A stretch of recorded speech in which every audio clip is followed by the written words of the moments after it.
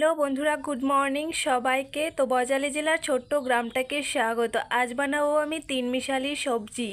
তো দেখতে থাকো ভিডিওটা কেমন লাগে। তো এইখানে আমি একটা ছোট সাইজের মাছ কেটে ধুয়ে নুন হলুদ মাখিয়ে রেখেছি। তো দেখতে থাকো পুরো ভিডিওটা। তো কড়াইতে দিয়ে দিচ্ছি সর্ষের তেল।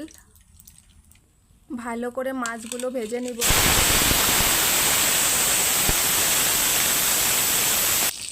মাছগুলো পুরো ভাজা হয়ে গেছে, লাল লাল করে কি সুন্দর করে ভেজে নিয়েছি। কড়াতে দিয়ে দিব সর্ষের তেল। তো ফোড়নে দিয়ে দিব তেজপাতা জিরে। তো এখন দিয়ে দিব আমি ধনে বাটা, লঙ্কা বাটা, হলুদ গুঁড়ো, জিরে বাটা। অল্প কষিয়ে নিব। তো আমার মশলা কষানো হয়ে গেছে, এখন দিয়ে দিব সবজি। স্বাদ অনুযায়ী নুন দিয়ে একটু নেড়ে চেড়ে ভেজে নিব। তো এইবার আমার সবজিটা কষানো কমপ্লিট হয়ে গেছে, দিয়ে দিব ঝোল পরিমাণ মতো। ঝোল দিয়ে একটু ফুটিয়ে নিব ভালো করে।